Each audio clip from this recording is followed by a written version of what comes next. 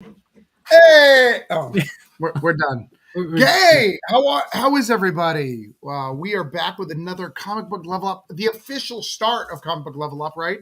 January is where we're starting to do it every other week, starting now, which is pretty cool. It is pretty cool. I think so. Are we live everywhere? Does everybody know that we're here? That's what I'm double checking right now because the preview videos didn't pop up beforehand, but it seems like we're a go. Seems like we're a go. Okay. So everybody, this is Comic Book Level Up. If you have never been here, welcome. Comic Book Level Up is a show that Todd and I co-host, and what we do is we grab the up-and-coming comic creators who are leveling up on the regular basis, who are doing very, very cool things. We interview them, we talk to them, we get to know them. We share hearts. We learn things like Pat Shan has secret stuff about Alan Moore. Charlie has more money than us. We learn a lot of stuff. Charlie is a really smart guy. He's a really smart guy. But we have 3 this month, so let's go over the list. Let's do that first before we get Jarred in. All right, let's start. So, you start off with your favorite one for this month. Go ahead. That's not. No, I'm not doing that. We'll start on who's today. Jarred is today. Jared's your favorite. Got it. Cool. Jared's my favorite. Yeah. And who's on the 16th, Todd? John Lees is on the 16th. Fucking Lees. I love John Lees. Mr. Wrestling horror guy himself. Right. And then to wrap up the month, we have Rich Woodall from Electric Black, Scout, Savage Dragon, all sorts Gods of Brutality. Gods of Brutality. So super excited about that. How was your Christmas? It was comic-full. How about you? Good. I got a PS5, so it wasn't comic-full. It was a video. It was leveling up. Lots of leveling up. It's a level up. Levels up. Not the same level up. By the way, if you're watching this, can someone comment in the chat? I feel uncomfortable if nobody's commenting in the chat. It'll be a minute because it didn't push a preview, so it'll be all right. But I'm sad. I want to know that people are here. Did you get anything good? Any good prizes? No, because I always get my stuff throughout the year, so I don't usually get a thing. What up? Is Blake? There Blake, you go. Thank you. Feel better, Travis. Thank you, Blake. Which also, spoken of feel better. Whoop, whoop, whoop.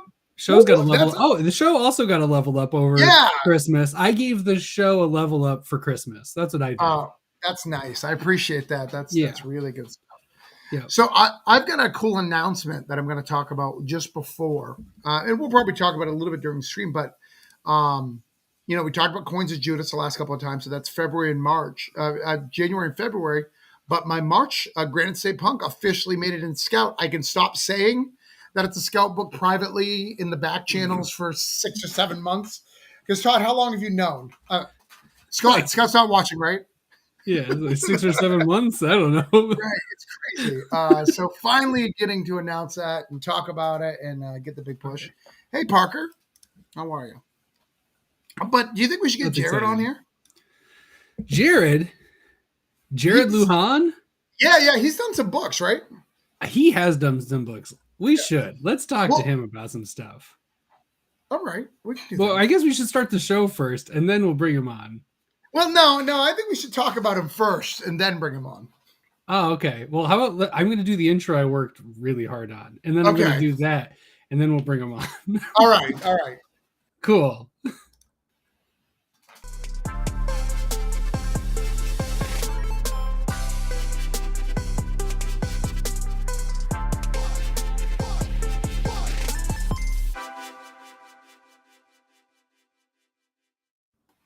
That is the best picture of Pat Shan.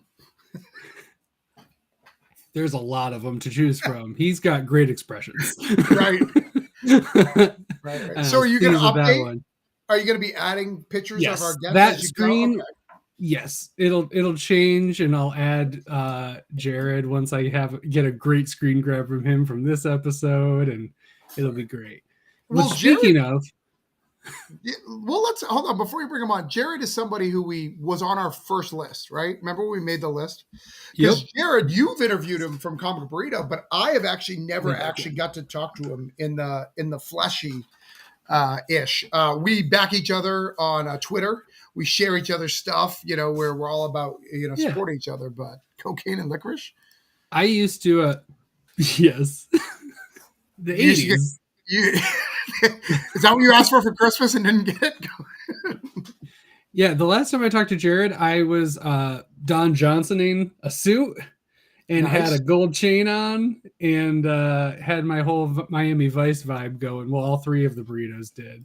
Methadone. So it was during the burrito awards. No, it was like one of our first live stream interviews. Like, so you just got fancy for Jarred. Oh yeah, because I was like, I love the 80s aesthetic, so we're all dressing up, and they were like, okay. So we dressed up for it. Well, let's talk to Jarred about the 80s aesthetic. We should. Let's do that.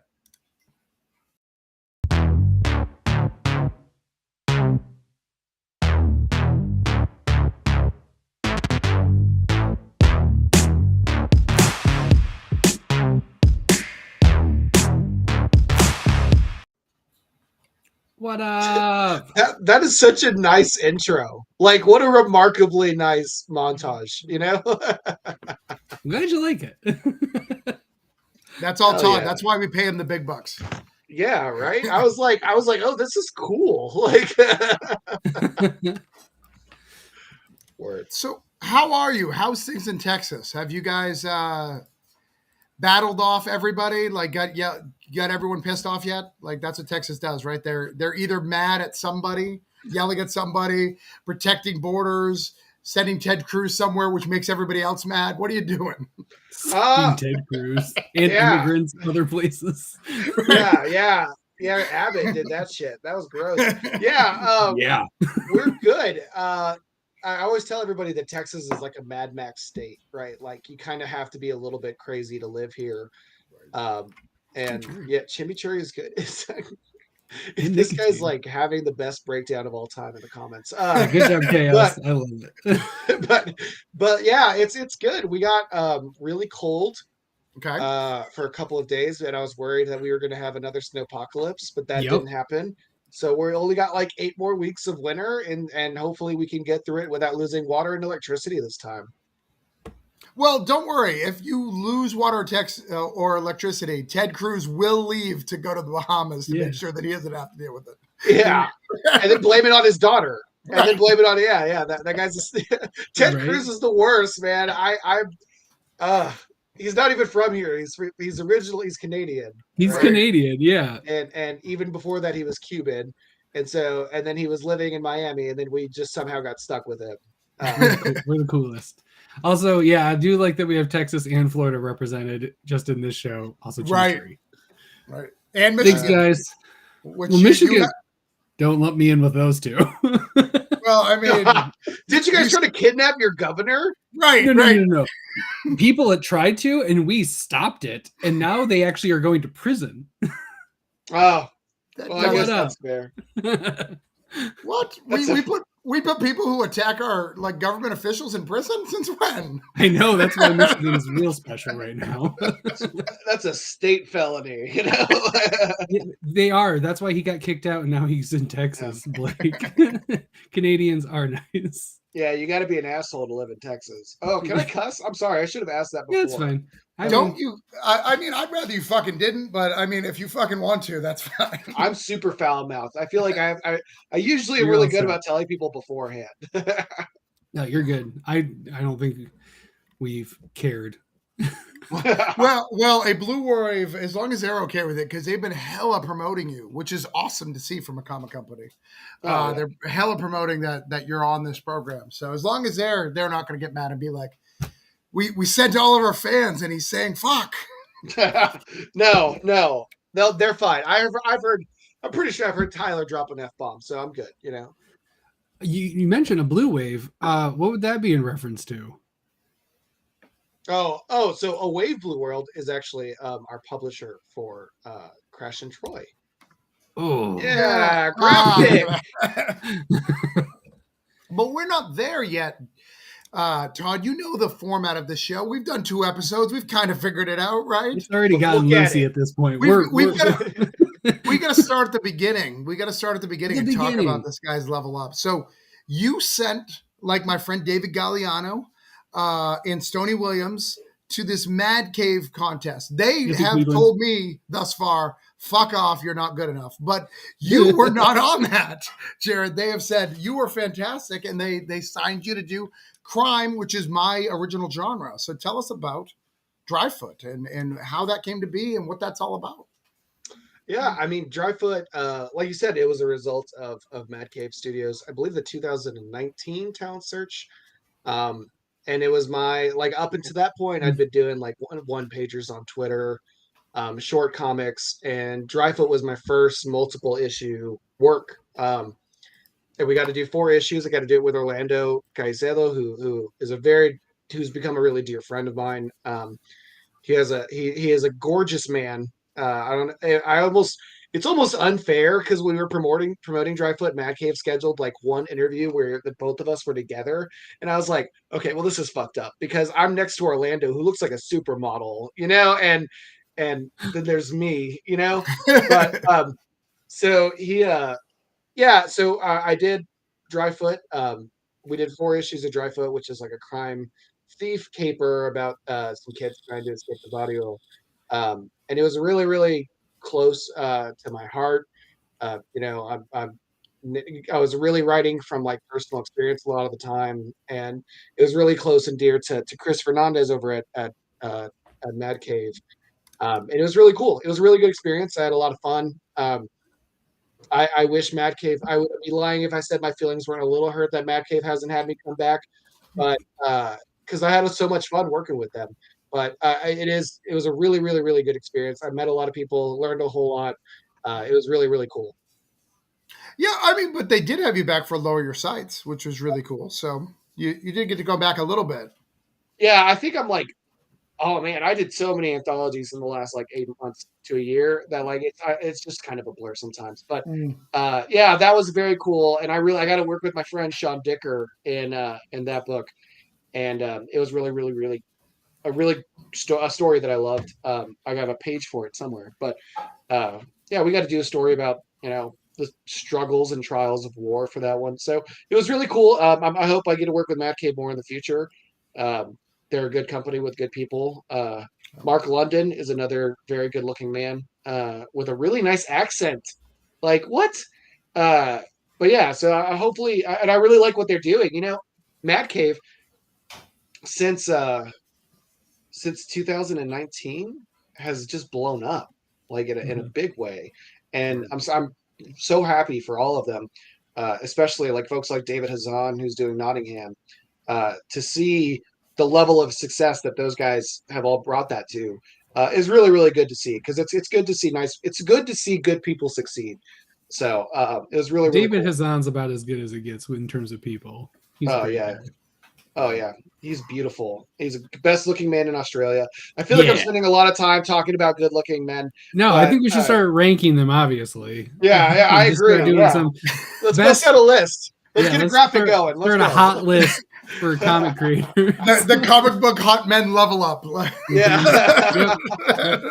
It's changes weekly. The rankings are updated. Right. It's a good time. That's good. All to sell a calendar in 2024. Yeah. It's all animated. It's hell yeah. So, but one of the things that people may not know, and this is because I'm a comic creator, is the hustle that you did to promote that book. Even during the pandemic.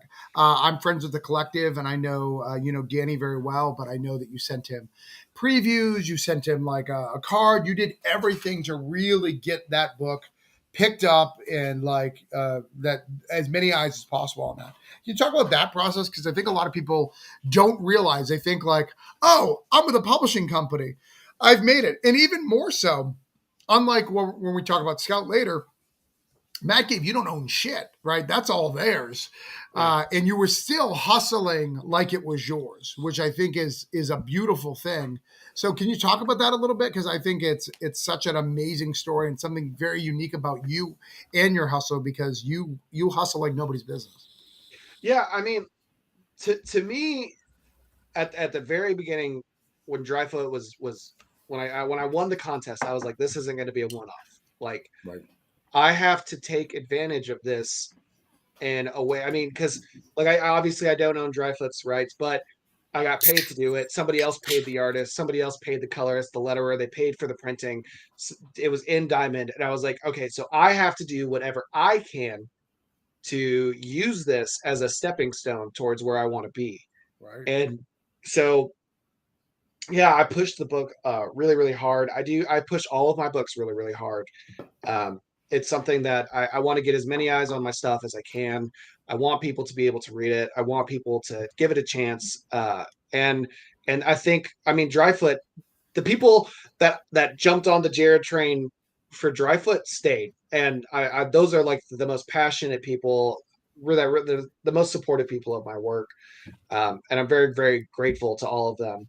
But like to me, it was always about this has to lead into the next thing, and I have to establish myself enough through this to get to the next thing. And we're not 100% there, but like, you know, I was emailing shops. I did like 1,000 shops in promotion for Dryfoot. I'm in the middle of doing that again for my new book, All the Devils Are Here. I was sending out physical ARCs that Mad Cave had sent over to me, and just really like as much as I could, talking to people, getting everything, you know, communicating. Here's the FOC. Here's the diamond code. This is when it's coming out. Bada bada bada. And that was to me. Hey Joe, I love Joe. Joe's awesome. But to me, it was always about making sure that I was establishing myself for the next thing. If at the time I didn't know the next thing was going to be a Kickstarter book, because right after Dryfoot I did Twin Blades, and it just so happened to work out pretty well because I think I launched Twin Blades, the first Twin Blades. I think I launched it a month after the Dryfoot trade came out, so it was a pretty intense. Yeah, I believe strongly that comics as an industry is all about momentum, and it's so much about getting enough and having something to show as often as you can and building that up. And fortunately, I've had a really good luck, a really good string of things where things have come out together, and I've been able to string some momentum together, and that's been great. You know, that was the goal from Dryfoot in previews to that was the plan the whole time, and it worked out pretty well. Yeah, that's awesome. So before we talk about the Kickstarter book, because I want to talk about that, was this submitted before that to the other company? Yes. Okay. The Crash and Troy was submitted elsewhere. Right. I believe it had gotten accepted elsewhere in February of 2020. Okay. And so did you use Dryfoot to pivot to that? A little bit. Sure. I think that I think Crash and Troy stands on its own, right?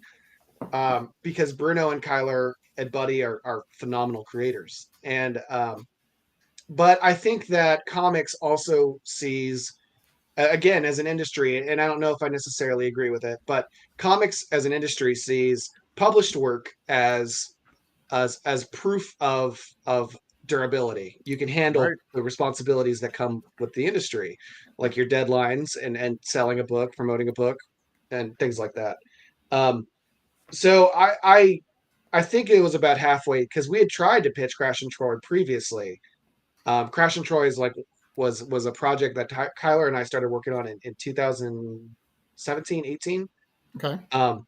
So it was pre Dryfoot, and I had to rewrite the whole thing after we got it accepted somewhere else, because I was like, yeah, I'm a better writer now. I can do a better job. So I remember you talking about when we first interviewed you went, we have this other book that is coming out. And then you started pitching Twin Blades. Yeah. Because that was already taken care of during the interview. Like that is coming out. I've got this Mexican with swords though that you should really hear about, because dang. So it's like you already had one in the chamber, one coming out, and then you were already going to that next one going, here's the next thing. And I remember you talking about your hustle and everything and being like, this guy is not going to take anything for granted. And that's really impressive because you could just be like, all right, now let him come to me. I've got a name out there. And I think it's really cool. Like that hustle back then, I was like, I think that's going to be like, I thought that was regular because you were one of our first interviews. And little did I know, well, there's plenty of hustle in the industry. Your level is definitely like top tier of like locally hitting up the shops and doing all of that with such fervor. It's very impressive. Well, thank you. But it, like at the end of the day, right? Like what I try is part of it is you know, being Barrio trash. You know, I'm like, oh yeah, you're gonna have to work twice as hard to get anything done. And the other thing is like I take a lot of pride in what I do. I'm super proud of all of my collaborators and the work that they're putting in. So to me, it's like I have kind of like physically the easiest job, you know, like Bruno's coloring pages and he's got an injured shoulder. When we were working on Crash and Troy, Bruno had COVID like twice in the 2020 and he's powering through it. And I'm like, well, shit, I have to carry the weight so people see what they're doing, you know? Yeah. So there's like a part of me is like, you know, you already work twice as hard. Part of me is really proud of the work that I'm doing. And part of me is like, I have a responsibility to the people that I work with to make sure that this gets seen, that their work gets seen. Cause it's definitely a bit more time consuming and physical as an artist. And that's something I think I got from Christopher Sabella. I think I heard him say that in an interview one time. And I was like, oh man, yeah, like that's the truth. Yeah, that's interesting. Do you think that's a driving force? Like, do you think that's interesting? Because most, two of our interviews so far, it is usually like, I want to get to this place. This is what I want to do. And like Pat was like, I want to bring people with me, but it wasn't necessarily like the driving force behind the motivation. Do you think you having a team has helped you level up because it's like that? It's that feeling of like, I have to push harder for these people.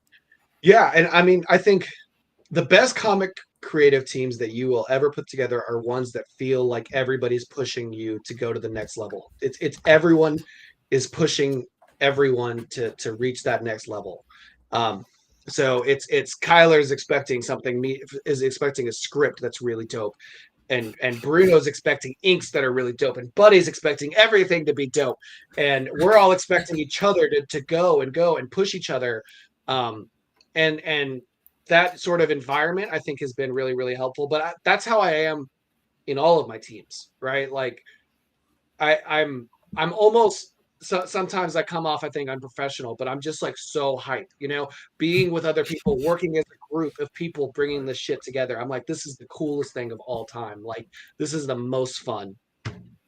DB. But yeah, it's environment. That's cool. Yeah, it's interesting. I think you're the only person who I've seen in the industry who we have a very similar path, right? My path and your path are very similar. I want to put much shit out as possible, right? I want to put as many quality books and show I can complete work versus other of our peers who are just like, I have this opus and I'm going to write this opus. This is my 35 issue opus versus you and I who are just like, I want miniseries. I want to show that I can write these genres. I can write various things. And it's really interesting. And I think it's probably because, a lot of people's drive isn't to work for Marvel and DC, and I kind of feel like your drive is to go as high as you can to the corporate too. Is that correct? Not that you won't do indie or other stuff, but my drive is to compete with Marvel and DC. Okay. I love what Marvel and DC do. I hope I get to work for them, but I don't want to die and be, oh, that guy wrote a really dope Spider-Man. Right. I want it to be Jarred's ideas fucking rocked. Like these are everything that guy put his name on. I picked up. I want to be like motherfucking like Hickman is, right? Hickman's past Marvel and DC. Sure. If there's people that see, there's people that see Hickman's name and they're like, dope, got it. Yeah, yep. It's an insta buy.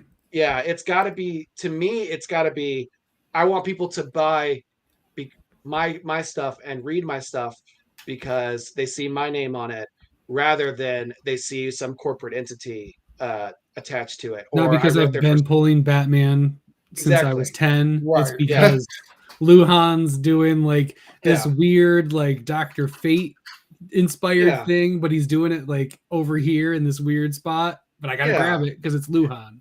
And I'm not saying that doing that like your whole life is bad. I don't ever want anyone to think like if somebody came up to me right now and was like, yo, you want to write Batman? Then I'd be like, actually, no. Yeah, right. I'm more focused on doing Jarred things. No, I would fucking write the hell out of Batman. Yeah, of course. But I don't want it to be my sole goal. If my goal is to establish myself as somebody who's put out enough quality work, who has put it out regularly time and time again, that they're like, yep, that's it. That's what I'm going to pick up today. Yeah, I mean, that's fair. I pick up Zdarsky most of the time. I also enjoyed it when enjoy that he's on Batman. Yeah. That's cool. But when he's outside of that, it's also the same effect where I'm like, oh, that's interesting. Okay, I'll check it out.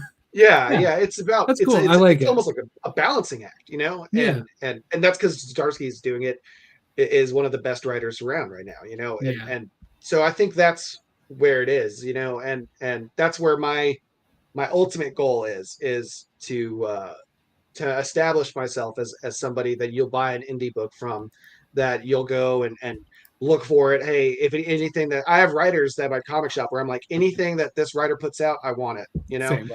and so I think that's kind of my end game. Sweet. Yeah, I absolutely. I feel that it's very good to hear people think like that and try to move in that direction. So one of your things I love that you're speaking to the Mexican culture. Like that's a big part of who you are, who you identify. If you follow you on Facebook or Twitter, you'll hear it on the regular. So Twin Blades is amazing. I love the Aztec stuff. I use a lot of Aztec and Mayan stuff in my my comic books. So tell us about Twin Blades and how it's amazing. How you've done 2 issues so far. How you've got giant ass fucking swords. Everyone loves giant ass fucking swords. Like, tell us about it. My goal with Twin Blades was that if you look at Mexicans in comics, there's a huge disparity in the kinds of stories that Mexicans appear in. And Latin people, I think you could even expand it to everybody. We are allowed to tell stories that involve gangs or cartels. We're allowed to tell stories if they are somehow revolve around Dia de los Muertos, which often gets washed down. They're like, oh, it's just Mexican Halloween. And then it's just Halloween. Yeah. I make a little thing for my grandmother every year. Yeah, and like it's not Halloween, but or we're allowed to tell immigration stories. Yep. And I fucking hate all of that. It bothers me to like my core. I've been offered really nice work for higher rates for books that were about immigration, and I'm like, no, I don't do that. Granted, one of them was supposed to make the Border Patrol look nice, and I was like, that was an easy no. Wait, ICE are the good guys? Yeah. That was an easier no. But I live in Texas, right? Yeah. I grew up on the border, right? The Border Patrol has stopped and shaken me down more times than I could ever count. So, but like I want to do other aspects of the culture, right? And do things like Twin Blades. Twin Blades is really steeped in Aztec culture, the lore, the mythology, but I also want to do stuff where it's not like I don't want to have to feel committed, like I have to beat you over the head with the culture, right? Like I also just want to have fun, and that's what Twin Blades is kind of about. It's elements of that culture, but it's also about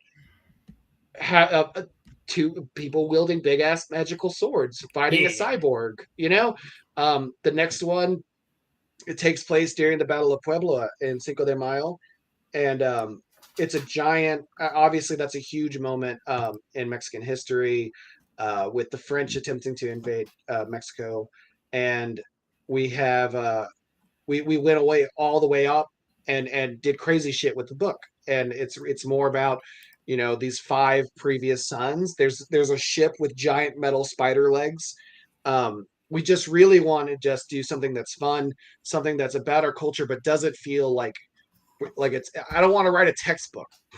That's why I was like, it's Mexicans with swords, because that's what I want to do. I want to do it in a way that is in my culture, but I don't want to write a textbook where I'm having to educate you on every single little thing.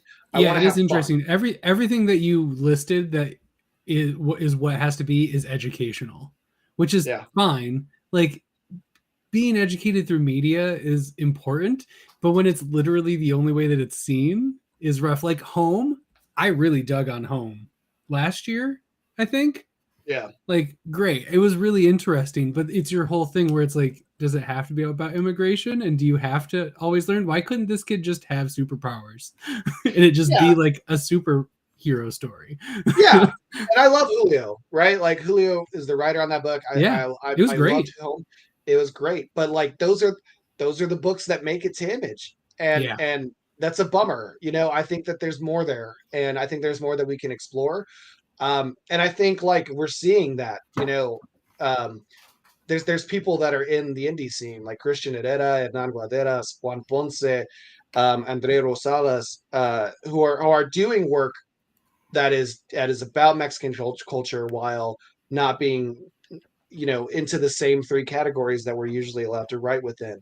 So I think that's really cool to see. Oh, Jeremiah Espinosa is also doing really great work with Hello North.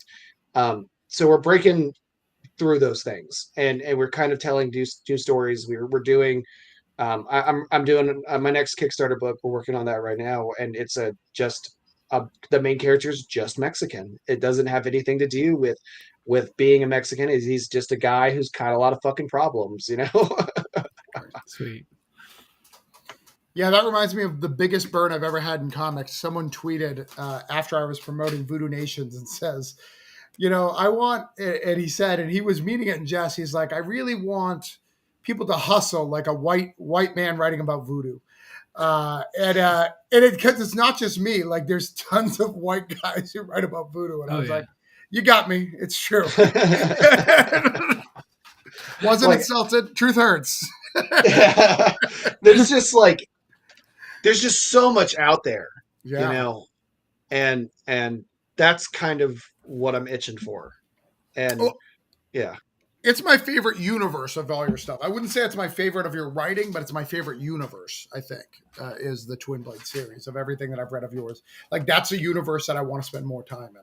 I can't wait for the second issue to arrive in my mailbox. Super excited about, but I want to spend more time there. So, I'm excited to learn how Cinco de Mayo really was. Yeah. Let me tell you, we have kept so much of that book under wraps because Julio is doing such incredible work. And when people open up that book, it's not even going to look like it's the same artist. It's going to blow people's minds. I'm really excited. That's awesome. Yeah, it's one of those things where you want to open the present early, but it's like, no, you got to let them do it.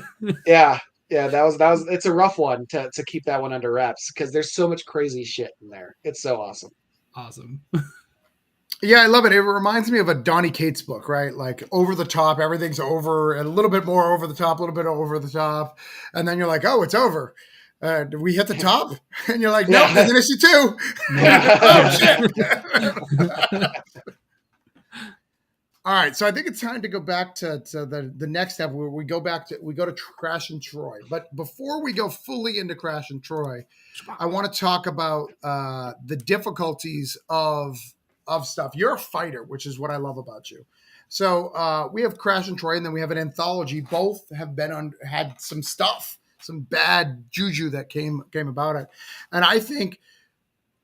Like when I see you, I'm like, ooh, I wonder if you're going too hard, but it's always worked out for you. And I think that that's such a core of your character and of your being that you can get away with that, right?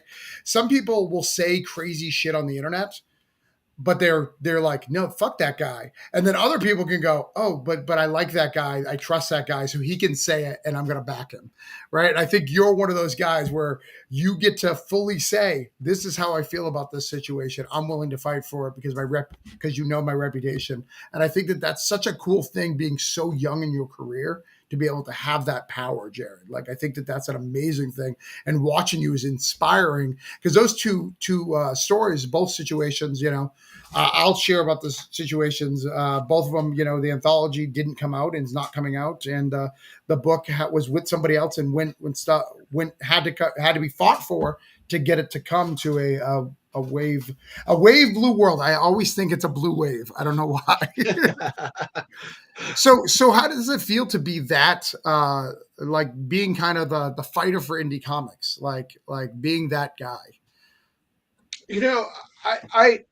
I don't think about that. Okay. To be super honest, right? Like I think that I'm somebody who is honest to a fault, right? Like I really I'm happy to take my licks when I deserve them, but my baseline is treat people with respect, treat people with kindness, and work from to what I can do through that, because whenever all the stuff happened with Crash and Troy and all the stuff that happened with his anthology, I don't ever want to be the bad guy. I don't ever want to be the guy that's coming down on somebody. I always try and handle things privately and professionally, but to me, there comes a time where I'm like, no, this is fucking stupid. This is nonsense. You're not going to disrespect me. You're not going to disrespect everybody. I take people who support my work very seriously, criminally seriously. So if you tell me, hey, a book's going to come out on this date and then it doesn't, and then it doesn't happen again, and then it doesn't happen again. So one, I'm not fucking stupid. I know something's going on, right? Two, you've made me lie to people 2 or 3 times, right? Because you're not telling them it's not coming out. I'm the one telling them. And that makes me feel like shit because people rely on me, people trust me, and I don't want to betray that, right? Like I really want to do right by people who back and support my work as much as I can. Like with the anthology, right? I really a lot of people tried to save that book, and it couldn't be saved, and then in its current form. I'm still trying another way, but we know people who bought that book because Jarred's in it. Yeah, I know shops that were like, hey, that's our guy. We're gonna back that book, and all of a sudden they're just out money, and we're all just supposed to accept that. And I'm like, no, that's not how this works either. I think indie comics is perfectly. I think the indie community is a really, really cool thing, and I really, really love it. And I came into the industry with no connections, nobody. I was just a Mexican on Twitter tweeting out one-page comics for a while, and so now that I'm in the position that I am, I take that as me. I want to defend the community, and I want to defend it from people that are doing bad actions. And I don't ever want to be the guy that people are like, oh, Jarred's going to start some Twitter shit with you. Because I really don't try to do that, right? Like I said, where I'm from, you don't tweet about that shit. You just get your ass beat, and that's it, But I can't do that. Like there's too many bad people in comics for me to beat up all of them, So to me, it's like I'm trying to make sure that people are treated fairly, that people who support my work are being treated fairly, and that's what it comes down to for me. Is defending my supporters, defending my reputation, and defending the people who show up and try and buy and back a Kickstarter, that was about to fail, and then the entire like that anthology we're talking about, right? It was going to fail, and people rallied to bring it over in the last like 2 days in a huge rally. And I'm like, why would you betray that? Why are we all sitting here talking about like, oh well, it didn't get done and because of X, Y, and Z? Well, no, man, like you got to do it, because all of these people believed in it. All of these people came through to make this project, which was a dream project, reality. And we're going to just tell them that it's not going to happen because we fucked up and didn't say anything for 12 months. And so things like that, I just get upset. I'm a very passionate person. Like, I don't ever want to be the guy people think is going to be the Twitter beef guy, but I'm also not going to be treated in a way that I think is wrong, quietly. And I'm like, I know bad things happen in comics all the time. I know, like I sometimes things that can't be helped, but communication and I don't know, not outright lying are pretty good things to have, because it seems like go a ahead. low bar. Yeah. If somebody comes to me and they're like, yeah, we fucked up and this is how we messed up. Unfortunately, That sucks, but okay. Yeah. I was like, dope. We Crash and Troy, right? Our trade paperback. It was due out in January originally. And Tyler at Away Blue World came up to us in December and was like, hey, I'm just letting you know that the printer got really backed up with the holidays. So we're going to actually delay the release of the trade paperback to February 8th. And I was like, word, it's the easiest thing in the world. Like, there's no problem there. I was like, yeah, I get it. That's just not something you can control. Comics. Yeah. I'm like, word, that's cool. Like, it doesn't have to be a whole thing as long as people are honest and upfront, like, don't try and stiff me on a job and expect me to be cool with it. Don't be rude. Don't lie. Like, at the bare minimum, if you treat me with honesty and respect, I'm never going to have any problem with you, like, whatsoever. But you're just expecting people to be decent. Right. Yeah. Not good. Yeah. Just decent. and like, to round my point out, right? Whenever all that stuff with there was a guy in the indie community who was being really abusive towards females and femme-bodied creators, and that I was very good friends with. And when all that stuff came out, I came out to the community and I was like, I didn't know this and I'm sorry. Like, I should have done more. I should have, I believe the victims that are coming forward, but I went out there ready to take my ass kicking. and because I'm like, it's about being honest. It's about being truthful. And I was like, if I get my ass kicked, then that's what it is, because other people got hurt. Other people really got hurt and manipulated. Yeah. So if that means that I go out there and take my ass beating, then that's what it is. But I want people to remember me and look at my reputation in comics as being somebody who's honest, even when it's not beneficial to me, more than, oh, Jarred's going to go out and fuck someone up, like, because I was that guy in the hood for a long time. I don't want to be that guy anymore. I want to be the guy who's just going to be honest, even when it's not my. And I think that's how you come across. And I think that's what more Travis was talking about too, is it's not about like making a beef. It's about like standing up for people and like not taking shit for no reason, especially unethical shit. It's one thing to like take it on the chin to like just move things along. It's like, fine, I'll take that. It's another thing to like get just beat down emotionally and metaphorically and then just lie there and let it happen. And that's, I'm sure, one day the full behind the scenes story about what has happened with Crash and Troy is going to come out. That VH1 special, I can't wait for it. Behind the comics. And new people, segment, Travis. People are going to realize that someone was being brutally honest and upfront and somebody wasn't. And I have no fucking concern about who that comes out to be. Right. Well, when I talked about earlier about our career, I'm not sure if you're aware about it. Have you heard about the Dog Days debacle with me?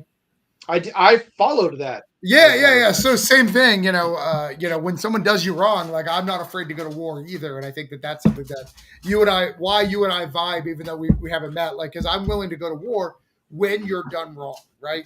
And when you've already tried to handle it another way many a times. And then, but I care about my backers and supporters. Like, I want this to be my career. I don't need somebody else preventing that from happening. I'm willing to do everything. And for the Dog Days, much like you, what does it cost me? How do I need to fix this? Like, I'll do my licks. I'll pay the money to fix it.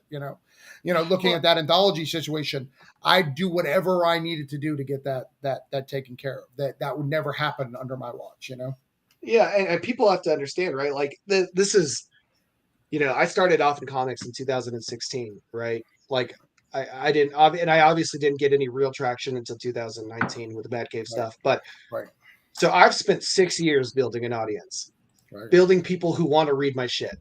Right. And I'm not going to let somebody harm that because they don't want to do what they're supposed to do, or they don't want to be honest about what they're supposed to do, or they just don't want to do their job at all. Like, I don't know, sending files to a printer or something. I don't know. That's just something off the top of my head. I don't know. But yeah, it's hard. Right? It's hard. Yeah. Why would anybody not print and distribute comics? I don't know. I guess that's just an example off the top of my head. Yeah. But it's just one of those things where it's like, I've spent a lot of time and I put a lot of time and energy into this, and I take it very seriously. And I take people who support me with their money very seriously. And it's just not something I can handle as a person.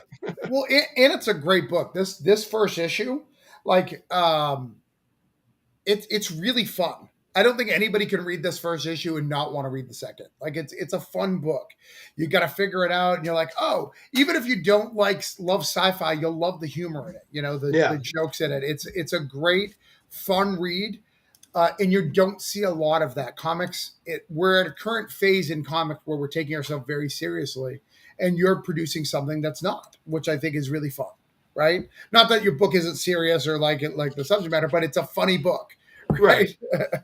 Yeah. I like to think, I tell my wife that I think, I'm like, oh, well, all of this stuff is kind of like a little bit funny, right? Like, right. When I was in California for the DC milestone stuff, I got COVID, and I was I'm on the phone with my wife. I have COVID. My wife is freaking out, right? Because she's like, what happens if you can't breathe and you're in a hotel room by yourself and like you're gonna die? And I was like, yeah, but it's kind of funny, right? Like I've been in Texas for like 2.5 years, never got COVID. I got on a plane to California and I got it at the worst possible time. Like, it's a little funny. And she's like, it's not fucking funny. So I'm like one of these people that I see humor in a lot of things that I probably shouldn't have. But I just think like a bad situation, I'm like, well, it's kind of funny. Like the way these things have lined up, it's kind of funny. And so Crash and Troy, right? I was like, oh, we're going to do the story about masculinity, right? And the way that we perceive it, and the way that we perceive it in superheroes. And I'm going to make his best friend somebody who's obsessed with fashion and Meryl Streep, and it's just goofy. It's just funny. I enjoy it right now. I'm laughing right now at my own joke that I wrote 5 years ago, My favorite line in the whole thing is like, oh, I could just download myself and get out of the situation. I'm just sticking around for you. Like, I just love that. It's just like I'm in no real threat here, I think is your exact line. Yeah. I love Troy. Troy is me making fun of myself most of the time. Right. Like, I love Troy. So it's fun, and it just got announced for a season 2, right? Yeah, we got a sequel. The sequel was greenlit like after the first issue. But we couldn't tell anybody until after the 4th issue released. So I have to start writing that this month and start getting everything. Everybody is coming back except Hednan. Hednan is really, really busy over at Marvel. But he's going to review the story and make sure that it's something that he approves of, because he Kyler, I, and Bruno all co-own the book together. Right. So after everything that happened with Action Lab, cut that. Yeah. After everything that happened with someone else, right? After everything that happened with somebody else, we all went and we co-own it together now. It's our group baby. Right. Well, that's awesome. I'm excited to see the sequel of it. I think it's going to do even better. I love Away Blue World. They're always super friendly at cons, when they sit at their table, like they have all their books out. They're very nicely displayed. They're very, very cool. But you mentioned the DC thing. So let's talk about that. So I remember like my heart breaking for you watching your Twitter, like, all right, so they're having a meeting and I can't go. Oh, but they're being really nice. Like DC, they let me zoom in. like I'm just like, oh, it's the biggest thing of your career and you're stuck in a room and not making any connections, not networking, not doing any of that. So let's talk about the whole scenario for those who don't know about your walk into DC. Yeah, so really quick about Away Blue World, and then I promise I'll get into this. Away Blue World is a fantastic publisher. Easily the best one I've ever worked with. My favorite group of people. Everybody there is awesome. Tyler, who owns and operates it, is a great guy. Um, I am really, really fortunate that we were able to land a book over there. I'm really, really grateful that we were able to work with them. They're the easiest people to work with. Communicative, honest, the best. I know that we spent some time talking about bad people and bad actors in comics, so I wanted to make sure that we took a moment. They are really fucking awesome, and just leaps and bounds from all these horror stories I've heard with other publishers. When they greenlit the sequel, I was like, hell yeah, like we got to do another one, with these guys. So, but yeah, DC, right? So I got selected to be a member of the Milestone Initiative, which is Milestone got resurrected, and we they brought in a bunch of, I think it's 24 Black, Indigenous, people of color creators in comics, and I was selected as one of them. And so we did 12 weeks of Kubert School, 8 weeks of Kubert School education, and I got to hang out with Amy Chu pretty much once a week for 2 months. That's cool. Yeah, it was really cool. She's really cool. She's like really, really funny. I don't know if anybody's ever met Amy Chu. That was the first time I ever met her. She's really funny. But I'm pretty sure she was a spy at one point. But she's just got crazy stories, dude. She's crazy, but she's great. But yeah. So we did that, and then they flew us out to California so we could meet each other. We could meet the people at DC. I was around for the first 2 days, and then I woke up on the third day, and I had like a scratch in my throat, and I had a running nose. This was earlier this year, but I wanted to be as safe as I could because I don't want to be the guy that ruins the party for everybody. I really didn't want to be the guy that gave Jim Lee COVID. So yeah, yeah, yeah, that's fair. So I took a test that DC provided, and it turned out that I was like positive. So I did miss. I was fortunate enough, like the last day they went completely digital, so I was able to meet DC's editors and their EIC and stuff, and that was really cool. It did suck that I couldn't go and like hang out with everybody, but DC was really cool. I ended up having to stay in that hotel for like 8 days, 9 days. DC paid for everything so that I would and gave me food. Like they gave me a food a balance or something, stipend or whatever. Yeah, and they called every day to make sure I was like okay. Oh, The first, that's really nice. They're really the I have no bad things to say about DC really. The first day that they're like, you got to sit in there for like 3 days and then you can take a test, and I said word. So, but like I'm one, I'm in California. My wife and I are really, really close. I know that sounds like stupid, but we're really really close. And we have a teenager. Ew. Yeah, right. Yeah, fucking nasty. Yeah, but that's horrible. How dare you? God. And so I knew my wife was worried. I knew that she was not having a good time. I missed my dog. I missed my cats. So the first day, right, I take my test. I'm feeling better. I feel completely normal. I'm confident I'm going to be negative, and I'm positive. And I was brokenhearted. I was so upset because they're like, yeah, you can't get on a fucking plane until you're negative.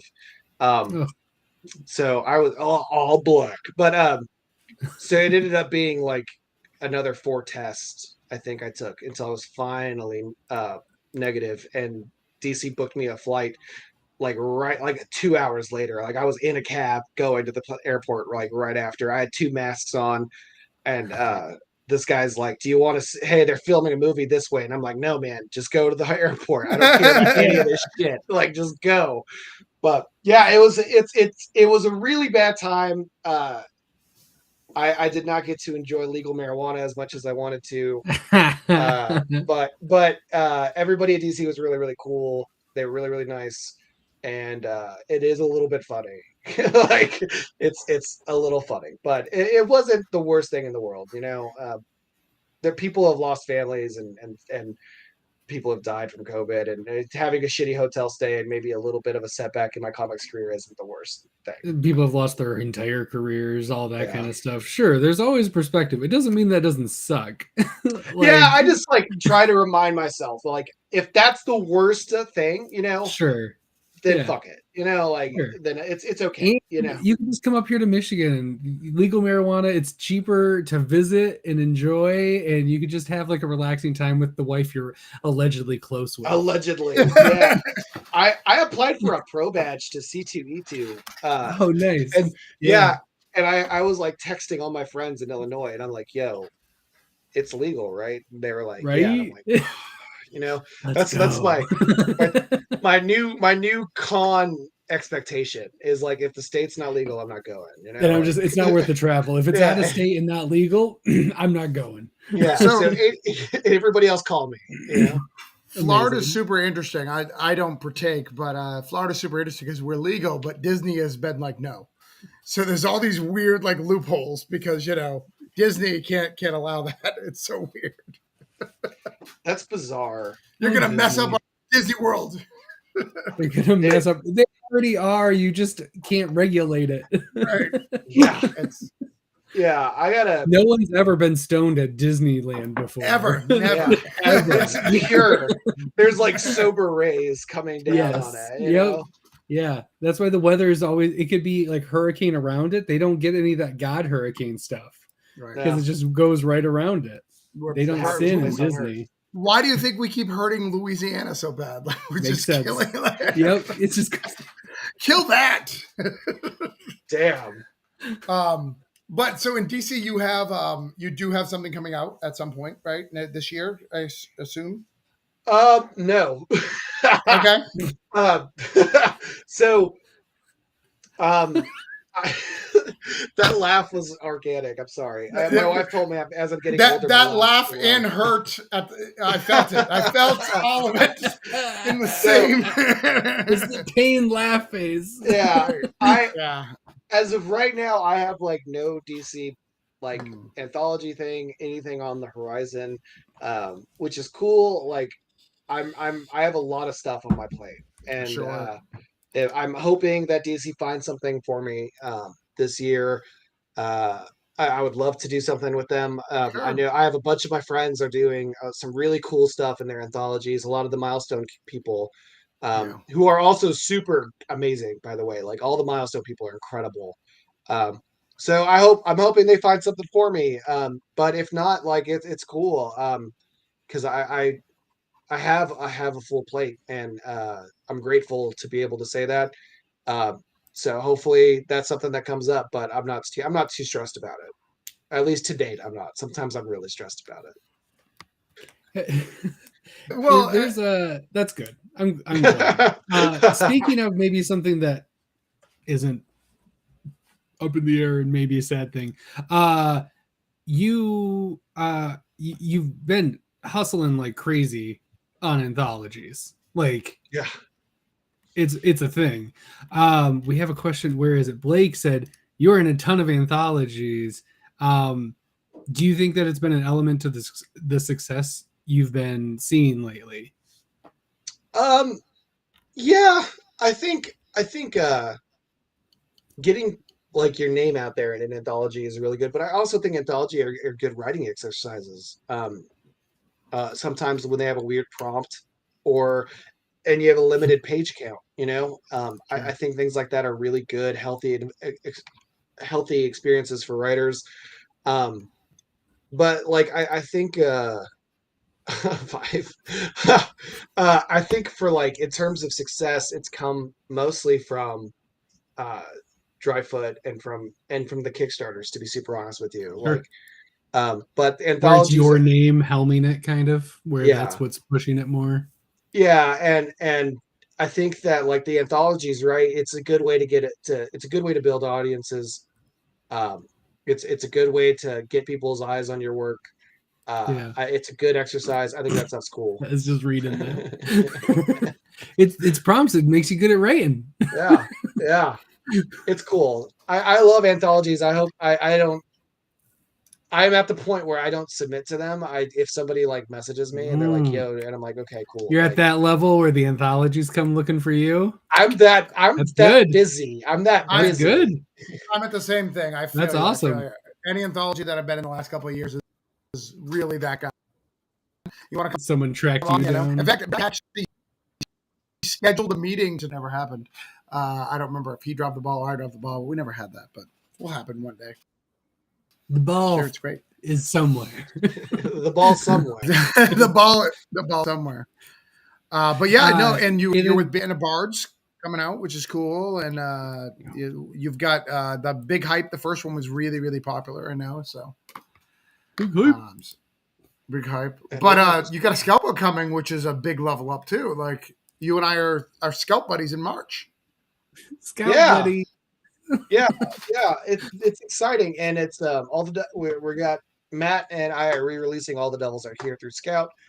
It was nice. A Kickstarter book. It's a one shot, and we're bringing all new covers. So if you back the Kickstarter, you're still getting like exclusive covers. Yeah, those right there. The only people that have those left is maybe a comic shop, but I heard that they did really well. But otherwise, if they backed the book, but otherwise, the only people you can buy them from are Matt and I. Nice. Yeah. Well, there you go. I'm pretty psyched about that. Scout's been cool. And the covers that we commissioned 2 different sets of covers, and the ones they got were super good. So it's exciting to work with them and bring that out. I wish people would tell me when things are going to Bleeding Cool, because the Bleeding Cool's like, yo, look what's in the solicits, and I'm like, oh shit, like word, like but other than that, it was fun. It's cool. I like Scout so far. Sweet. Well, and then so just so you know, the way the Bleeding Cool articles come out is he grabs them from Luna, and that's where I found out that I wasn't in Luna. Like they forgot to put my book in. Mistakes happen, no big deal. It was fixed. Sure. It's not a big deal. I'm not like here to bash Scout, but that article, I was like, there's a lot of books on here coming out in March and not Granite State Punk.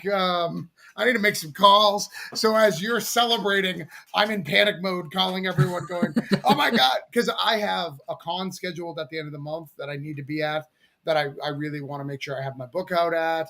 I have a punk rock concert that I'm planning. So for me, like this needs to hit. And I schedule it enough to, the normal, like 3 weeks of, hey, we may not hit deadline. Like I scheduled all that prepared. I was like, but it needs to come out in March to make all these other things happen. So, but I got all resolved, and it's really cool. And I'm super excited. Like that month is some of the best of indie Kickstarter stuff, right? It's got you. Yeah. It's got me. It's got Caleb from Unicorn. I can never say his last name. Pasini. How do you say Caleb's last name? Unicorns Hunting Vampires. Like there's some great creators that are launching. There's a couple more that I can't think of. All of that. And we got spotlighted in Diamond, which is pretty cool. Like I got the spotlight. Yeah. Have you ever got the spotlight before? Not to my knowledge. Okay. Yeah. So then you got a spotlight on this one. Yeah, which is cool. I was like, oh, okay, hell yeah.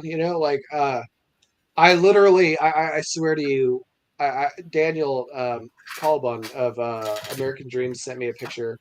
There he is. Yeah, and American Dreams is spotlight as well. And I was like, man, what? He sent a picture, and it was us, and I was following. I was like, oh shit! Like no one. I had no idea that was going to be spotlight, so it was cool. I have no idea if we've ever gotten it anywhere else, but I like spotlights. I'm cool. Yeah, I'm cool. Yeah, no, I think it's really cool. I'm excited to come out that month with you. I think it's a great stuff. I have a feeling we'll probably see each other in more interviews this month that aren't even on the books yet that people talk about, because I think I'm really excited about. I love that book. I backed it on Kickstarter, so I love that book. Super excited to have it out. I think it's one of your better works, so I'm really excited. Yeah, it's so personal, and that's always the stuff that I think I try to write from.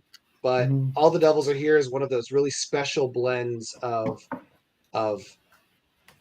personal in a way that speaks to people really intensely, right? Is kind of what happened with All the Devils Are Here. Is it's I joke that it's my first love story, right? Like, but it was just really cool when that book was getting to people's mailboxes on the Kickstarter, and people were having like really intense emotional reactions to it. But yeah, I'm really excited. I'm really excited to have the book coming out again. I agree. I think it's probably my best writing so far, up until everything I'm working on this year. Yeah. Everything I'm working on this year is better. You know? Yeah. No, well, 100% for me too. Greatest Day Punk is my best work. 100%. So like, it's really good. It's true. I mean, as it should be. Your next thing, hopefully, is your next best thing. Like, right. That's what you strive for. Anything. That's what you say when pre-orders are up. Yeah, and then afterwards, like, when it's pre-order season, this is the best thing I've ever written. Every time when the reviews come in, it fucking sucks. I phoned it in. You know, I know. Right? I really phoned that one in. So I think we've hit your whole career. Is there anything we missed? Shit, no. It's a lot when you think about it back to back like that, you know? Shit, no. No, you've done a lot of good books, a lot of great stuff coming out. I'm sure I made a graphic for one thing we didn't at least touch on a little bit. Yeah, let's talk about that. Hey, look at this. So, as everyone knows, I can't support this because I run Holiday Spirits, which is a rival holiday Christmas anthology. So there's only space for one. There's only space for one. It's like the Highlander. Yep, there can only be one holiday themed Kickstarter. Right. Amen. I mean, yours has a Ringo, so I mean, it may by some sort of authority be winning, but did Holiday Spirits get a golden burrito? It did get a golden burrito, so boom! There you go. Just throwing that out there. And I think Yule was a one-off. I don't know if there's another volume coming out, so you can be the recurring one. Which everybody knows. If there is better than quality in comics. If there is another one coming about, no one's told me. So it's actually called Euler. It's a strange title. Yeah, but Yule. Yule's like the best. I was really excited to be a part of that one. It's so weird. And our story was weird. Everybody's story was weird. The cover is an elf on the shelf with Krampus. It's just yeah, awesome. It's weird. It's weird. Yeah, it's real. Comics are weird, man. Yeah. Yule to another Yule, Yule another day. Two Yule too fast, you know. Yes. Two Yule, two Festivus. When you said Euler, I kept thinking of Bueller. Bueller. Bueller. Damn. So, all right. So we have a series of questions that we ask. We do. That are a little deep. That are the three questions that we ask everybody. Sometimes we add a fourth. It's been 4 each time so far. Right. But we're supposed to have 3, and sure, there's 4. So I start out, right? I believe. Yeah. All right. Here's the first one. Jared, you ready? Born ready. What makes you stand out in the comic market?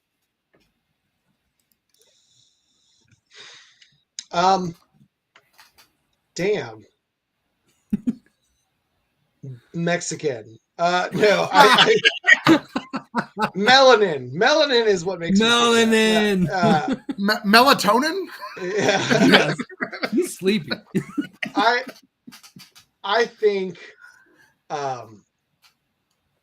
I write from a more gray area than most comic writers. Like I write a lot of redemption and characters that would maybe be considered morally bad, but I kind of try and position them in a different light. I also think that like my background in general, there's not a lot of barrio trash in comics because it's so expensive to kind of get into. But I'm hoping that I also think I think I'm really good with characters. Like I think that like in terms of like dialogue and personalities and understanding them, I think I'm particularly good at that. But Yeah, I also think like in terms of like a non-creative way, I think I'm a bit more business minded than most comic creators. I always tell everybody that it's uh, the Jay-Z line. I'm not a businessman. I'm a businessman. Yes. No, Johnny. But yeah, I think my characters and the approach that I take with them going into these weird little areas, I think separates me from the crowd the most. Which is how I think most people should be, right? Like I think I think character work from your perspective is like the move, but yeah, just a Mexican, so what do you know, right? yeah, but also also melanin, you know. But no, yeah, I think I have really great character work. I agree. Second question of 3-4. So when you have things that are, and we've kind of already touched on this one. This kind of was already answered. So I don't even know. Maybe we'll skip ahead to the next. This might be 3 questions because we already talked about this. Is about like what you do when it's difficult and what makes you move, like keep moving when it gets difficult. And we've already talked about how your team inspires you and you feel like you got that Atlas weight going where it's on your shoulders and you're like, I got this, guys, because they've all done all this work. But is there anything else that when your career or just life throws at you pushes you to keep moving towards that next level? I think that when you can see improvement in your writing, right? Let me give a different answer, right? Like when I'm having trouble with scripts and with like wanting to do comics, because like it's not hard to not want to do this anymore. Like it's a tumultuous industry. It's full of people that are it's full of shitty people, right? Like there's no other way to say that, right? It's got the best, nicest people in the world, but there are definitely people there to take advantage of that. Um, but when I see myself getting better, right? That's where I'm like, you know, regret this.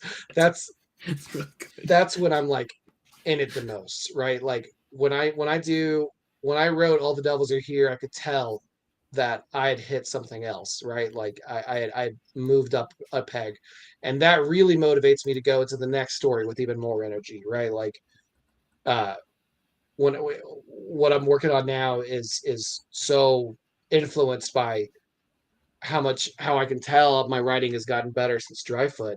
Um, that I'm just so energized to sit down and script and outline and come up with these big ideas that I don't think other people can pull off, or not even like that I uniquely can pull off. And um, so yeah, I think like watching when you write for a long time, right?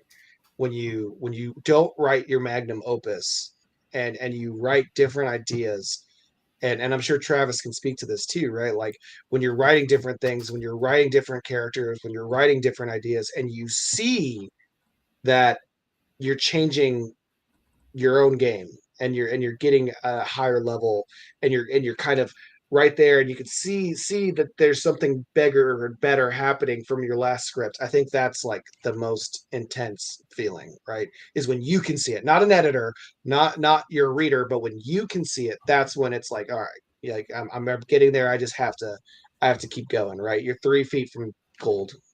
Nice. It's important to see too, because like I know it's for most people, including myself, we're our harshest critics. Mm-hmm. So when you can see it, it also is really like oh damn, yeah. like that's not bad.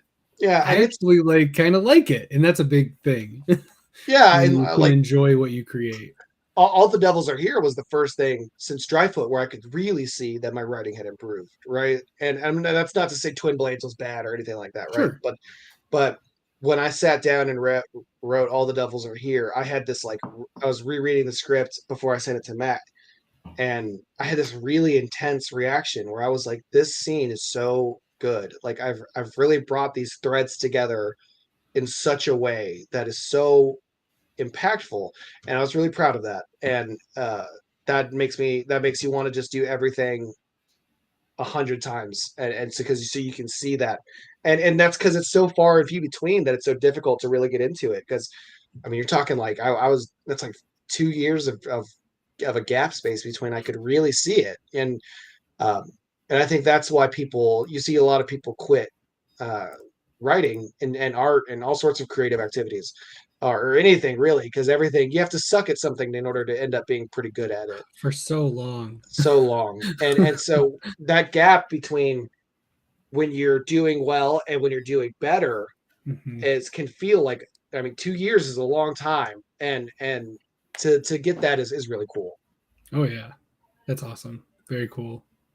Yeah, I think that's one of my favorite things about being a writer is when you read something later, like you'll take a year off or you're reading it, like, did I write that?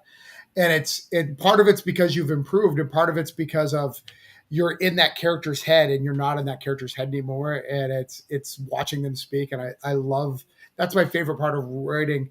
It sounds egotistical, but reading your old stuff and being like, oh, that's a really good line. I'm glad I thought of that. That's really Hey, who came up with that? Who wrote this?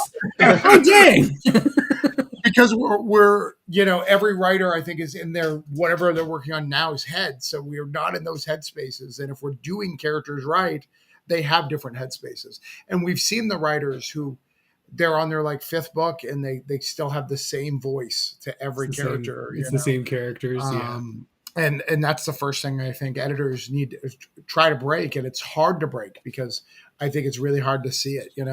It took me, when I first started writing, is to literally reading out loud, like to hear that voice. Oh, that sounds the same because I'm reading it in the same voice, I'm like, I get real. Well, I try and write in private because I do the stand up and I act out panels, right? Like that's how I like kind of get what I'm trying to do. And so, like when I'm writing something like right now, I'm working on like a cyberpunk Barrio story, and I'm like trying to recite things to myself. Yeah, it's gonna be fucking dope. Last interview I had with you, you're like Mexicans with swords, and I'm like, fine, let's go. And now it's every time. It's just like, all right, I'm in. Let's go. At the end, I will give you guys more information than I've given anybody about that book. Yeah. But speaking in these character voices, I'm like, oh, like I don't want to do this in front of my wife, who's gonna sit there and be like, look at this clown, like this guy. But I'm definitely that guy. I'm like acting it out. I'm like, okay, this is what I want him to do, and I want him to do this thing, and how do I write that? Okay, and then I'm gonna have him say this, and like I roll my eyes at myself, and I'm like, okay, great, like I'm getting it, Your process is your process, whatever it takes. Oh, like you're roboting for me. Did he robot for you? Yeah, you roboted a little bit. Yeah, you lost you for a second. All right. I made a joke that Jared's wife's you're good. Can't you just play Call of Duty like a normal husband? Like, why do you gotta like act these things out? Why can't you be normal? When I was writing Crash and Troy, my wife works from home, right? And perfect. So she works in, and I came in with my laptop on one hand. I'm in my boxers, and that's it, right? I have no shirt on. I come in, I burst the door, and I'm like, I need you to tell me if this cat joke is funny. And she was like, I'm working. like there's like a Zoom meeting happening. You just barge behind it. But I'm like, no, it's good. They can tell me if it's good. It's a better audience, They don't. Yeah, you get in front of the camera. Yeah. Amazing. Travis. All right. Is it my question? Sure. Okay. Sure is. All right. Jarred, what does leveling up look like for you? To me, it looks like getting better with your own work and making your own goals, right? Like you don't have to beat the brakes off of a sales record or things like that. Like whenever I was pushing Dryfoot, I was trying to beat the Mad Cave sales record. And we didn't, right? The pandemic didn't help. But yeah, then just a short few months came around, Nottingham dropped, and that shit sold like 100, like five print runs. And so for me, it's about setting a goal, and you're gonna fail a bunch, but every now and then you're going to succeed. And if you meet your own goals, right, that to me is enough. That's sufficient. You don't need to go into your head and be like, yo, okay, so I worked with Scout, no, I want to work with these guys or that guy or DC or Marvel. Like, to me, it's about setting your own personal goals and meeting them or beating them. We only wanted to sell out of one issue of Crash and Troy on the first issue. That's all we wanted. That's all we had set for. And next thing you knew, it was 2 or 3 issues are all gone. And that was like a huge thing to me. I was very grateful for that. But that's one of those things where you have to set your own goals and meet those and make it challenging. Don't throw yourself a softball, but challenge yourself to do better in whatever you think you need to work on, and meeting those goals is the most important thing, because it's just as important to fail as it is to succeed. Mm-hmm. Unfortunately, you haven't succeeded until you failed a lot more. Yeah. I have failed way more than I've ever succeeded. As you should. That should be the ratio. Theoretically, like, if you get bangers every time, you probably did what you just said is wrong. You set your sights too low, and you're succeeding. And it's like, no, you should be failing. You got to figure out where that is. I wrote a page. That's just great advice. Succeed at your own goals that are challenging you, that are pushing you. Yeah. Play video games on easy, play life on hard. Exactly. As hard as you're willing to do that day, I guess. Yeah. Sometimes just lifing in general for me is hard, which is fine. Then that's the daily goal, is just survive. I always tell people, right? Like, if getting out of bed is the challenge, and it's hard and it's difficult, then that's all you got to fucking do, right? Yep. Like, you don't have to sell out 3 issues of a book. You don't have to write a full script in a day. If the only thing you want to do that day is be in bed because you're fucking depressed, and you get up and you walk to your door and you walk around your apartment and then you go back to your bed, that's good enough for me. Like, just challenge yourself, Yeah. 100%. There's days where I'm just like, I did the dishes. Holy shit, I'm a god. Yeah. There's days where I'll come into write and I'll listen to music for like 3 or 4 hours, and then I won't have anything written down. But that's all I needed to do that day. Like, I'll have the doc up. I'll try, but I can't. It just didn't happen, which is all right. Yeah. But I showed up. I sat my ass in the chair and I tried, and sometimes that's all you can do. Yep. 100%. Yeah, as someone, I suffer from horrible ADD. So I don't think people understand how hard it is for me to write a script, because it doesn't seem like that with how many I put out, right? But like, it's really hard. There's many a times, just like Jarred, where I'm like, I watched a bunch of YouTube today. Like, I could tell you like what happened in this episode of Always Sunny in Philadelphia, because I went deep dive of like where they came up with the concept. Like, I learned a lot of writing techniques today. I didn't write anything, but I learned a lot about writing. Yeah. True shit. Yep. Oh, yep. So, on my doc, I have 5 questions, which is funny. Final question? Yes, Travis? Yeah. I mean, I have 4 on mine. So go ahead. You have 4 on yours? Yeah. Hilarious. So I don't know what this is then. Okay. Why don't you do the last one then? We'll see if it's my last one. See if that's what shakes out, Yeah, we'll see what shakes out. All right, so this one's a different level. So what do you want your next level up to be? So you talked about your personal stuff. So what do you want your next level up to be? For me, working a Scout was my level up. Like, that was my next goal. Now I have to have a new one. It was Aftershock, but I think I'm gonna pass on that for a little bit.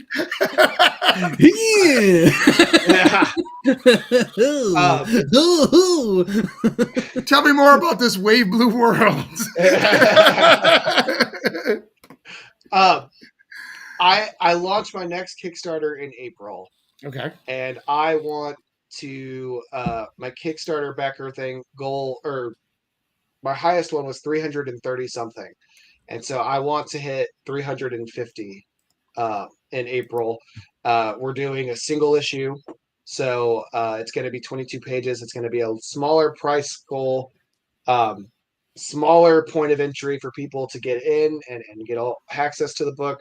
So I'm hoping that draws us to beat that limit once and for all. Sweet. Nice. Dig it. I think I'll be surprised if you don't hit that. Man, we actually went down on Twin Blades, but that was when gas prices were like crazy high. I say, wasn't that like when economy everyone was like it was another yeah, exactly. Yeah. Well, I also think Kickstarter's really hard right now. I've seen a lot of people who've succeeded in like 4 and failed. I think it's partly the economy. I also think Kickstarter next year is going to be really hard, and not to freak you out, or not that I don't think you can hit that goal, because I think you can. I think a lot of people with the Aftershock and with some of these other publishers not accepting submissions right now, I think a lot more people are going to come to Kickstarter. So we're going to see smaller level Aftershock and like Vault names coming over. And I think that they're going to bring some audience, but I think they're going to take from the pie a little bit. Keanu Reeves doesn't take from our pie. Keanu has his It's own a different pie. That's a Yeah. whole different pie. He's got his own bakery. But you know, it's really not fair. Right. But using like a Stephanie Phillips, and Stephanie Phillips does take from our pie. There we go. And she's fucking talented. She deserves all the pie. Like Grimm is great, but you know. I think the answer to the Kickstarter question, right, is to bring something, right? Like, because I follow Charlie Stickney and Pat Shand a lot, obviously. I was really bummed Charlie left Scout before I got to really work with him. But like my whole thing is to bring something that conceptually stands on its own, right? Yeah. Something that you cannot find in anywhere else, right? And because that to me is going to be the trick. And so on a brief segue to kind of give people details about it, right? Where my next book is called Southside. It is a book. It's a cyberpunk book set in the Metroplex of Dallas-Fort Worth. Dallas-Fort Worth is like a really unique in the way that it's built. It's really stupid too, but it's literally like two big cities that kind of just started to kind of overlap. But it's going to be a cyberpunk book that has like cults obsessed with, or the cults that hate in technology. We've got the National Cybernetics Association, people who believe, and it's cyberpunk in the South, which is not done in a lot of places, right? Cyberpunk is very heavily concentrated in California and the Northeast. I say Pacific Northwest and the Northeast. Yeah. So we're bringing cyberpunk to Texas. Yeah, we're bringing cyber to Texas. We're gonna have some cowboys that are shooting guns at each other. I'm very, very excited for it. We have laser pistols. There will be not. There won't be a laser pistol, but I have something better planned. It's gonna be I have a really unique mind bullets. Yeah, my whole thing was to bring an element of cyberpunk to what the unique parts, the things that make Texas scary as shit. Fun. And so I'm really excited for that. Even and then after that, I got like existential dread from the future. yeah, exactly. I love it. So, but yeah, that's my next goal. That is gonna be in April. Hopefully, we start art on that this month. Nice, very cool. You said it's called Southside. It's called Southside. Sweet. Awesome. Southside Dallas is notorious for its gangs. There was a famous event where like a gang called the Park Row Posse completely took over an apartment complex, and they were selling drugs out of it, and they were renting people rooms and operating this apartment as like a real drug clinic. Yeah. And when they got busted, it was like a whole thing. But yeah, so it's Southside Dallas is where it's taking place, and the Southside Dallas is going to be a whole different thing in the book. It's really exciting. I'm pumped. Sweet. There's going to be a cat with a big ass brain. It's going to be awesome. Yes. Oh, I'm in. Let's go. I love it. Amazing. I mean, to be fair, when I first met Todd, like I met him, we were hanging out on the regular on Comic Burrito, and then Cyberpunk came out, and he disappeared for a bit. I disappeared. So, I legit disappeared. He was gone for a bit. He came back because it was buggy. That game, that game, I would have been gone for much longer. And then I was like, I literally have to stop and wait for them to patch this more. Thank God my PC is like a hoss, so it could handle a lot of the shit. But I was just like, damn, oof. It also was that's also when I got my PS5. So I was gone for a lot of reasons. Spider-Man was one of them.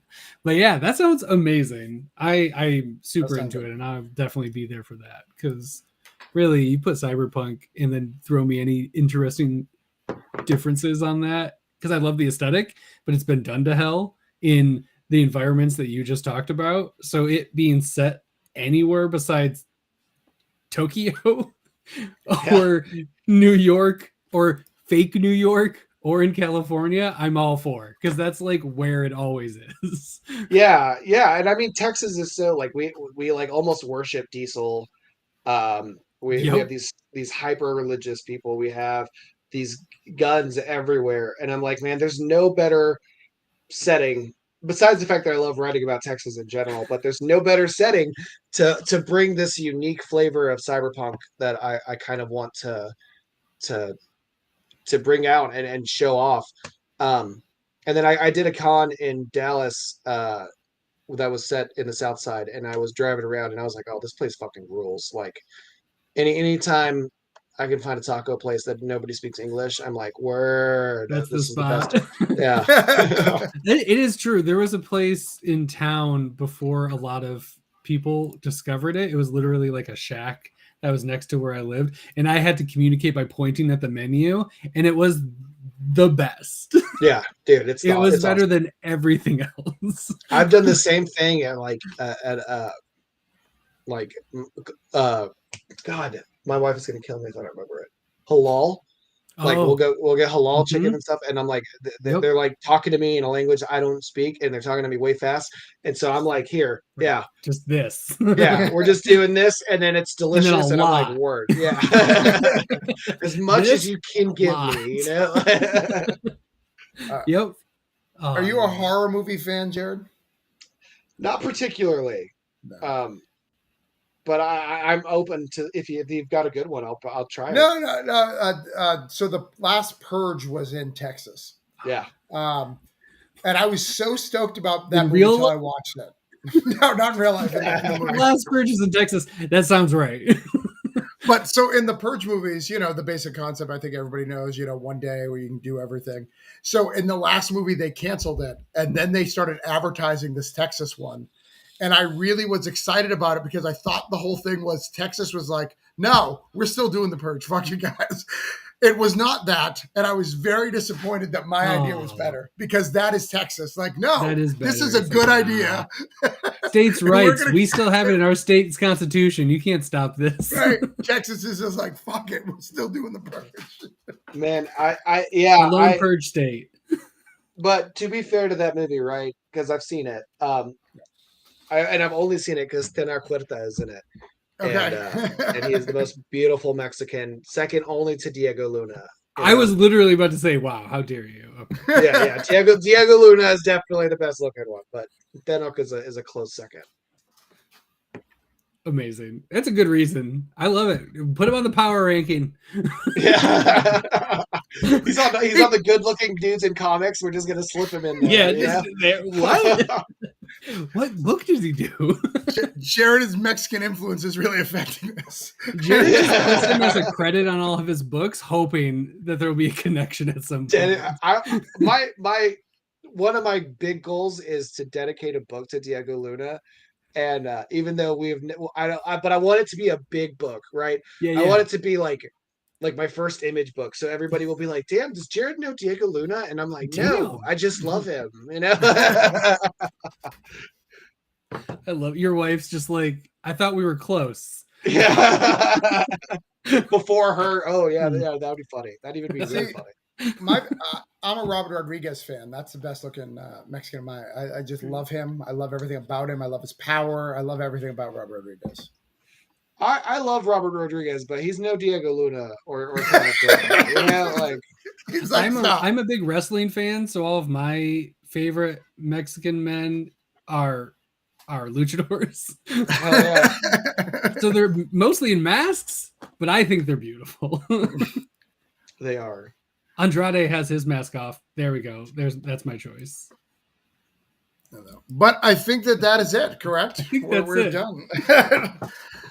Any other Mexicans we want to give a shout out to, Jarred, before we leave? Ileana at the burrito place. Okay. Lisa Alfonso at my second burrito place, and Brandon at my third burrito place. All three. And the last thing, I want to apologize to you in advance, Jarred, because I'm going to upset you. In the next issue of my book, No Contest, I get to write Ghostface Killah into it. And I got to achieve that goal before you did, and I apologize. Why would you tell me this publicly? Yeah. Wow. You're just like, hey, by the way, knife. Yeah. He's like, hey, go. Hey, Jarred, I got you on the podcast first. Yeah. What the fuck? Hey, Jarred, I just want to know, go fuck yourself. You know? Like, congratulations on your level up. Not good enough. Yeah. I'm surprised Travis wasn't like, yeah, my next level up, it was going to be right Ghostface, but I'm already doing that. You know? Mission achieved. Yeah. Damn. Yeah, no. Shout out to Ghostface, you know? Shout out to Ghostface. Shout out to Ghostface. Because you makes good comics. They do. He can go in the power rankings officially.